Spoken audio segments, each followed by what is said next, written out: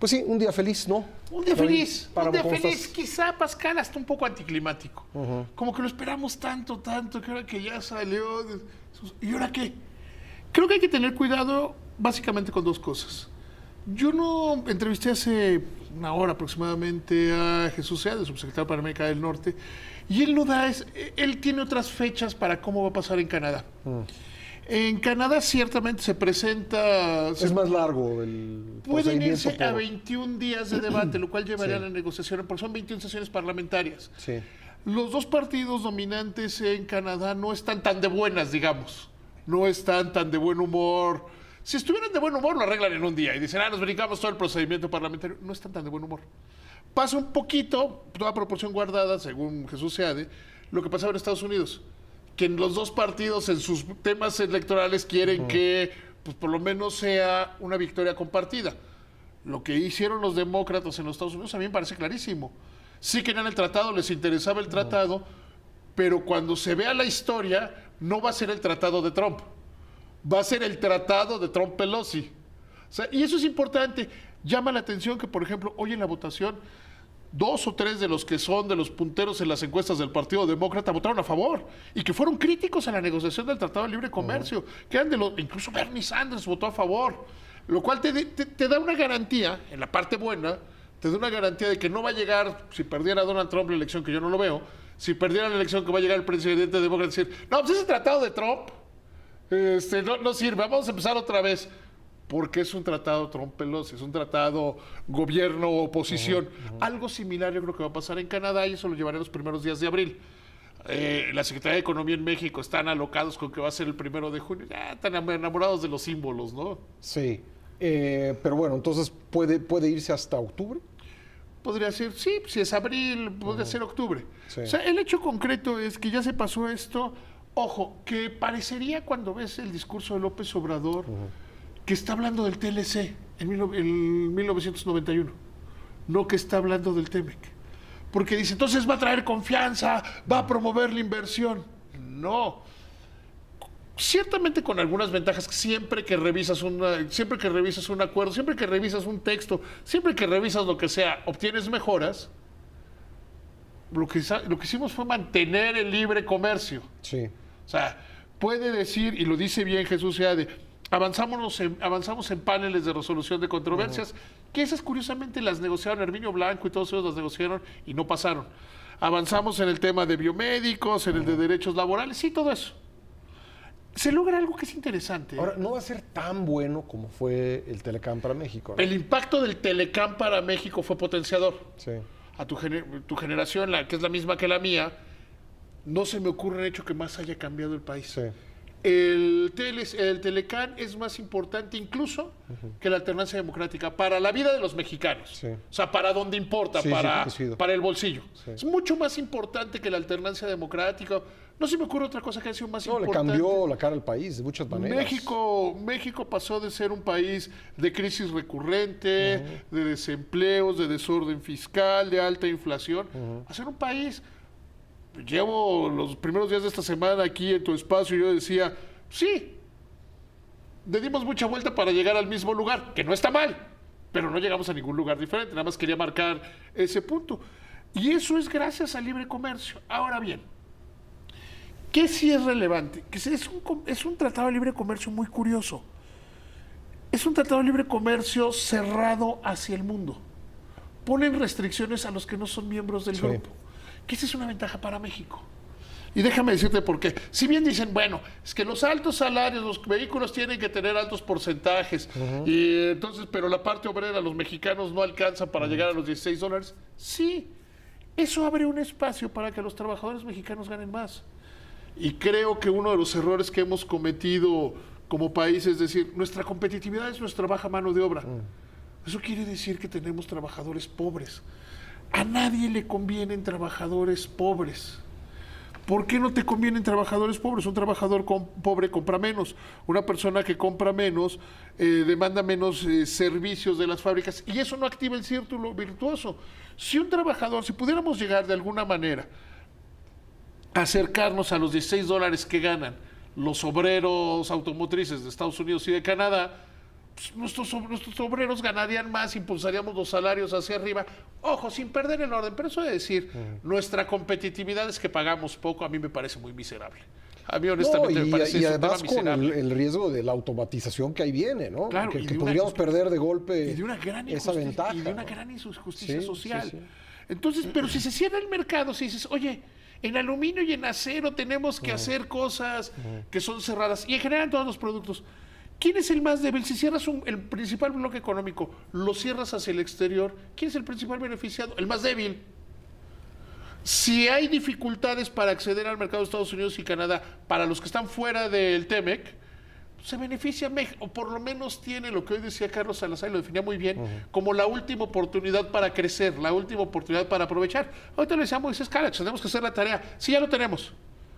Ok, ya, déjame usar un término de deportes. Ya llegamos al Super Bowl, solo hay que ganarlo. O sea, ya llegamos, como sea, llegamos.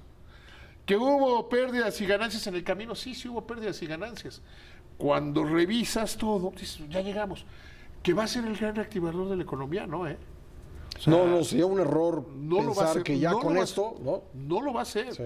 O sea, falta inversión privada, pública y inversión. Y para que pública la y haya privada. falta confianza. Falta confianza. Vemos hoy las cifras del INEGI de inseguridad, son verdaderamente preocupantes. Sí. El crecimiento de la sensación de inseguridad. Hay quienes desde el gobierno ahora, que antes cuando eran oposición estas cifras les encantaban, dicen, no, pero es percepción. Percepción es realidad. Percepción son hechos. Si tú percibes, percepción contra realidad, tú percibes que ir a Acapulco es peligroso, no vas. Y O probablemente si vas, no sea tan peligroso, pero si percibes, no vas, ¿no? o no vas, o si vas, dices, no, pero no sé. Ok, sí voy, pero me quedo en el hotel. Sí. No voy, pero me quedo en mi... Sí voy, pero me quedo en mi departamento. Sí, puede ser peor que si y fuera tomo el caso de realidad. Acapulco, porque si ves las cifras de ocupación de Acapulco el fin de año, pues cerca del 100%. Ves las cifras de ventas fueron menores.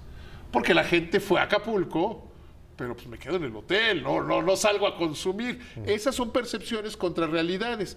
¿Qué tenemos que hacer? Tenemos que hacer un programa que impulse a la economía. No se ve, no está claro. Parecería que el presidente López Obrador cree que con esto ya la hizo, que conseguimos la panacea, y no lo es. Sí es muy bueno, o sea... Digamos, era un requisito. Sí, como es ¿No? un requisito la estabilidad económica. Sí, como son requisitos todo eso. Pero falta cómo damos el brinco para crecer. Y no vamos a dar el brinco si nos costó mucho trabajo. Y nos costó mucho trabajo porque Trump, hay que recordarlo, decíamos Escalach ahorita. Empezamos con un Trump que dijo, no me gusta el tratado, y lo voy a renunciar. O sea, de ahí partimos. Sí. O sea, partimos de cero. Cuesta abajo. O sea, fue Digo, una cuesta gran arriba, ganancia cuesta arriba, donde hay un mérito que ojalá el presidente López Obrador aprenda. Si ya así como haciendo el análisis posterior, ojalá lo aprenda. Respetar las decisiones de Estado. El equipo negociador mexicano, en la transición de Ildefonso Guajardo y la entrada de Jesús Seade, se portó el Estado mexicano como un Estado, como un grupo, como un mismo equipo. Sí. Seade tuvo, si no era el jefe negociador, tuvo el mismo nivel que tenían los jefes negociadores.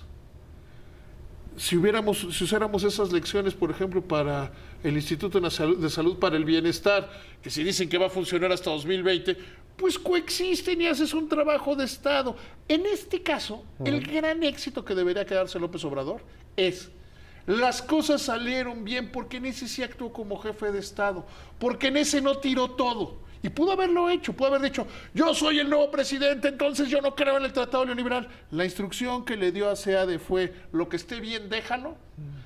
2 o 3 asuntos.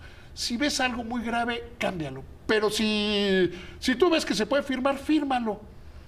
¿Qué hubiera pasado si hubiéramos hecho eso con el Inasab, o con el aeropuerto de Texcoco, o con esas decisiones que son fundacionales? Ojalá el presidente López Obrador se dé cuenta, todavía ahorita, que no hay que destruir todo y se puede construir sobre lo hecho. Es importante lo que dices porque si uno revisa la historia, el presidente López Obrador modificó su punto de vista sobre el libre comercio. Sí, claro, a él no le gustaba. No tiene nada de malo revisar la opinión. Y creo que a veces es lo que en el gobierno pues se subestima, ¿no? Sí, hay que revisar la opinión, entender el beneficio, entender los perjuicios de hacerlo diferente. Vaya, no pierde una persona. Ganó. ¿no? Hoy estamos festejando Sí.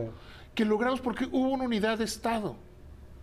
Porque imagínate que López Obrador, que insisto, lo ha hecho en otros terrenos. ¿Qué ha hecho? ¿Qué creen? ¿Se acuerdan todo lo que tenía negociado? Tírenlo. Porque como llego yo, voy a empezar a negociar. Y como no puedo negociar ahorita, voy a empezar a negociar el 1 de diciembre. Todo lo que llevaban a la basura, porque no le voy a entrar. Voy a revisar desde cero. No tendríamos hoy tratado de libre comercio. México no Y tendría estaríamos en una tratado. situación Estaríamos mucho en más una complicada. crisis económica, Sí. en una crisis de inflación Sí. y en una crisis nacional. Sí. Se portó como jefe de Estado ahí. Ojalá que vea que este es el camino correcto. Un último punto, David, antes de, Sí. de despedirnos. ¿Tú percibes un cambio de discurso en los organismos empresariales?